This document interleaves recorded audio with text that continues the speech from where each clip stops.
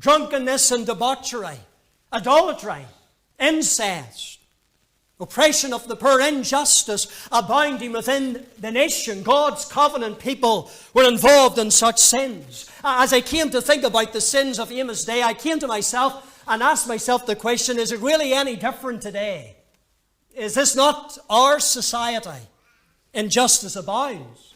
Good is called evil and evil is called good. The poor are oppressed across the world by religious zealots and dictatorial regimes. A tsunami of immorality has flooded our nation and will be paraded out on the streets of our capital city. Even this particular Saturday, our homes are flooded with sin and immorality through the television, through radio, through the internet. Idolatry is rampant among the saved and among the unsaved.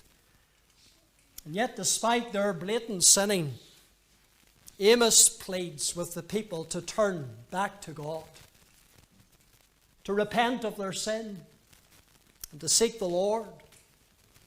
Amos 5 verse 4, for thus saith the Lord unto the house of Israel, seek me and ye shall live.